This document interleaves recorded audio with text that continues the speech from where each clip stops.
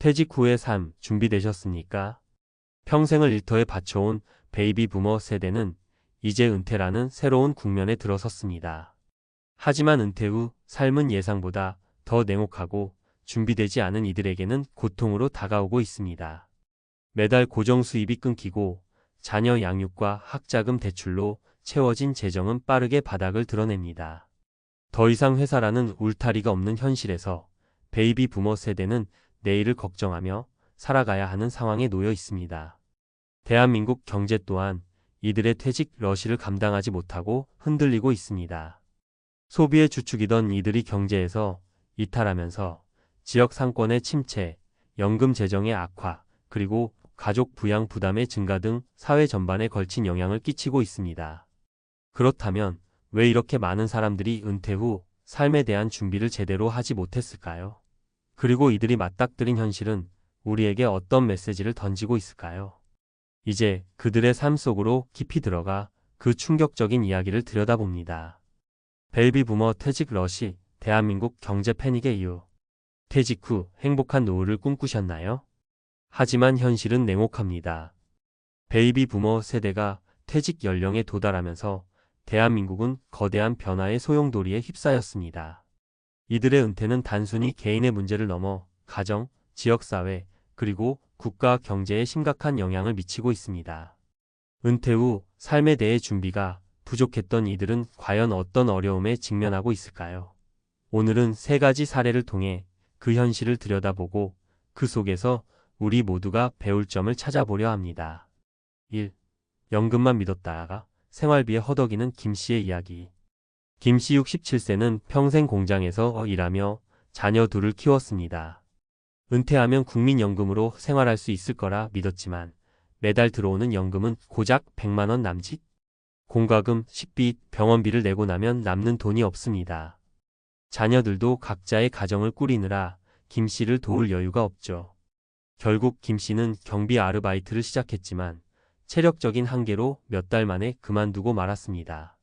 내 나이에 맞는 일자리가 있긴 한 걸까? 김씨는 스스로를 탓하며 힘들어합니다.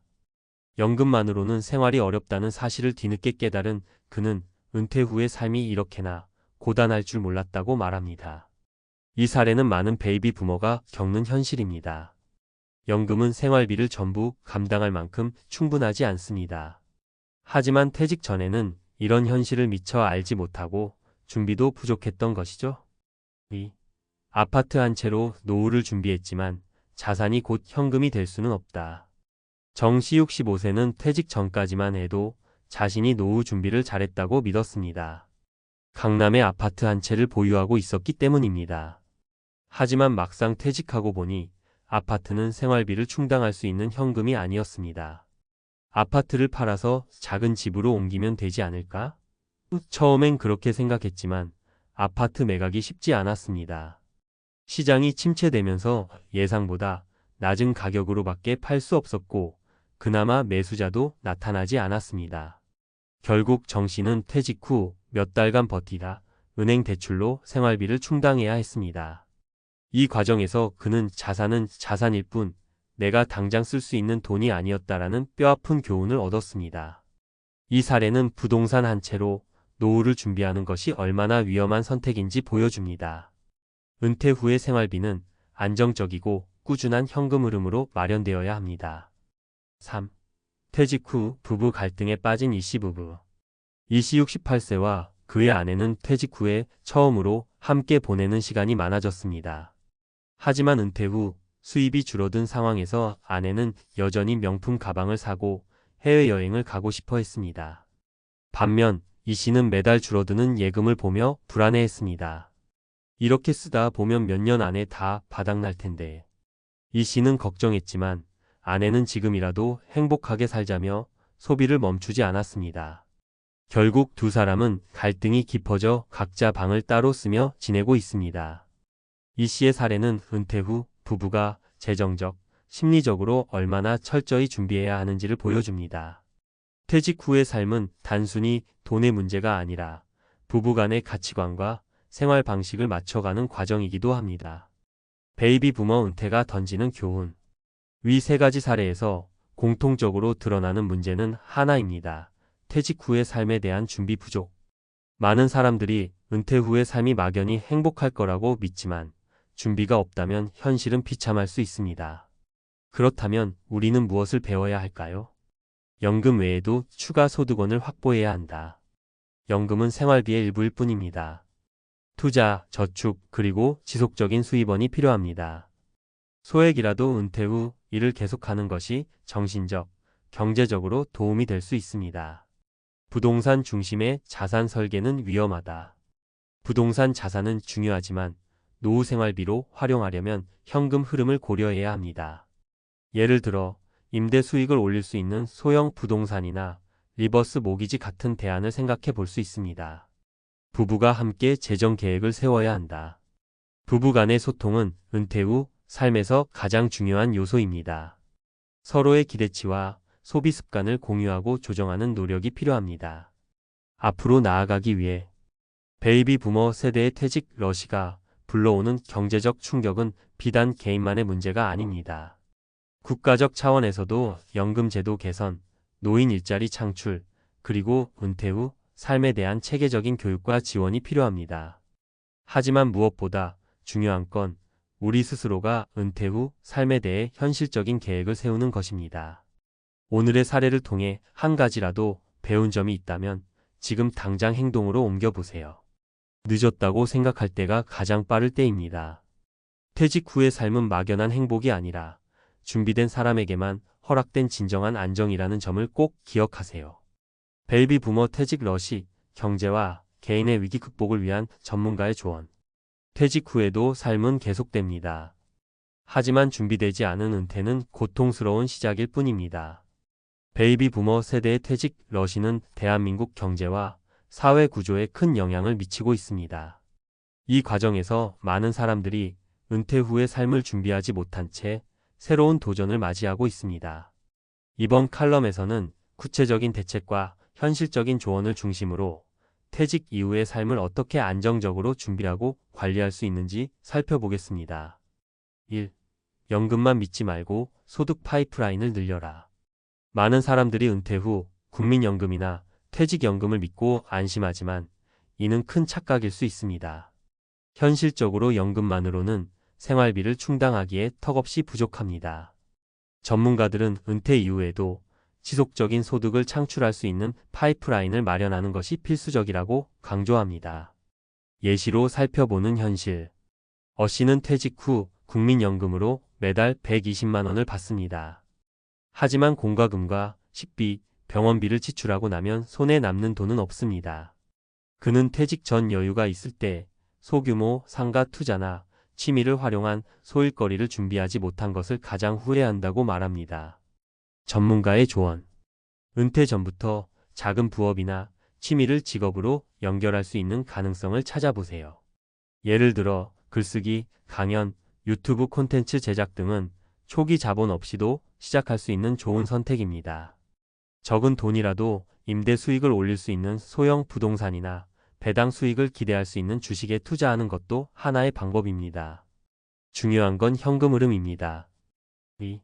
부동산은 자산이지 현금이 아니다. 우리나라에서는 부동산이 노후 대비의 핵심 자산으로 여겨지지만 부동산은 결국 현금화할 수 있을 때만 유용합니다. 특히 경기 침체기에는 매각이 쉽지 않으며 기대했던 가격에 팔리지 않을 가능성도 큽니다. 사례로 보는 교훈.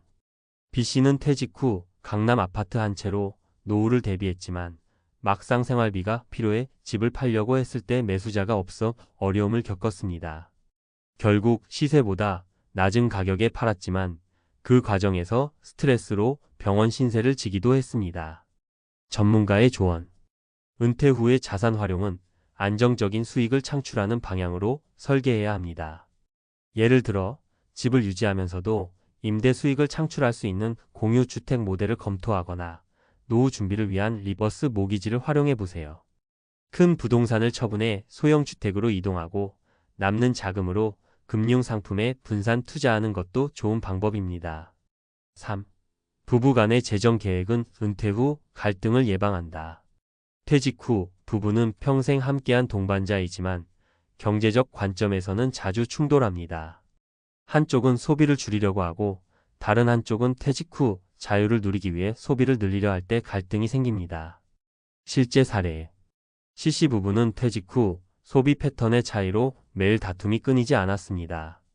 CC는 매달 은행 잔고를 보며 불안해했지만 아내는 지금이라도 즐겁게 살자며 여행을 가자고 했습니다. 결국 두 사람은 따로 살며 관계가 악화되었습니다. 전문가의 조언. 은퇴 전에 반드시 재정 상담을 통해 부부가 공유할 수 있는 현실적인 재정 계획을 세우세요. 매달 사용할 예산을 정하고 각자의 소비와 저축 목표를 투명하게 공유해야 합니다. 또한 은퇴 후에는 함께 할 수 있는 저비용 취미나 활동을 찾는 것이 부부 관계를 돈으로부터 자유롭게 하는 데 도움이 됩니다. 4. 은퇴 후에도 새로운 도전을 두려워하지 말라. 퇴직은 끝이 아니라 새로운 시작입니다. 하지만 많은 이들이 퇴직 후 변화에 적응하지 못하고 우울감이나 불안을 겪습니다. 특히 나는 더 이상 필요 없는 존재라는 생각이 은퇴자를 무기력하게 만듭니다. 사례에서 배우는 희망. D씨는 은퇴 후 한동안 무기력함에 빠져 있었습니다. 하지만 친구의 권유로 시작한 봉사활동에서 보람을 느끼며 점차 자신감을 회복했습니다. 현재 그는 작은 커뮤니티에서 강연을 진행하며 퇴직 후 삶의 새로운 의미를 찾았습니다. 전문가의 조언. 새로운 기술을 배우거나 커뮤니티 활동에 참여하세요. 배움과 사회적 활동은 뇌를 자극하고 활력을 유지하는 데 큰 도움이 됩니다. 작은 것이라도 도전하세요. 요리, 운동, 글쓰기 등 새로운 취미는 삶의 의미를 발견하게 합니다. 5. 사회적 안전망에 의존하지 말고 스스로 준비하라. 마지막으로 강조하고 싶은 건 자립의 중요성입니다. 많은 베이비 부머들이 연금과 자녀 부양에 의존하지만 현실적으로 이러한 지원은 점차 줄어들고 있습니다. 개인의 재정적 독립이 무엇보다 중요한 이유입니다. 전문가의 조언. 은퇴 전에 긴급 자금과 최소 12년의 생활비를 따로 마련하세요. 또한 은퇴 후에는 최대한 지출을 절감하는 전략을 세워야 합니다. 식비, 주거비 등에서 절약할 수 있는 방법을 찾고 소비 대신 경험 중심의 삶으로 전환하는 것이 필요합니다. 결론. 준비된 은퇴가 안정된 미래를 만든다. 베이비 부머 세대의 퇴직 러시는 개인과 사회 모두에게 거대한 도전입니다. 하지만 준비된 사람들에게 은퇴는 고통이 아니라 새로운 기회가 될 수 있습니다. 퇴직 후에도 삶은 계속됩니다.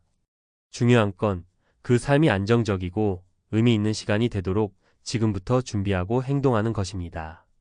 연금, 부동산, 그리고 부부 간의 소통까지 하나하나 점검하며 현실적인 계획을 세워보세요. 은퇴 후 삶은 준비된 사람에게만 진정한 자유를 허락합니다. 지금부터라도 당신의 은퇴 후를 다시 설계해보세요. 늦지 않았습니다. 행복한 노후는 준비된 자에게 주어지는 가장 큰 선물입니다.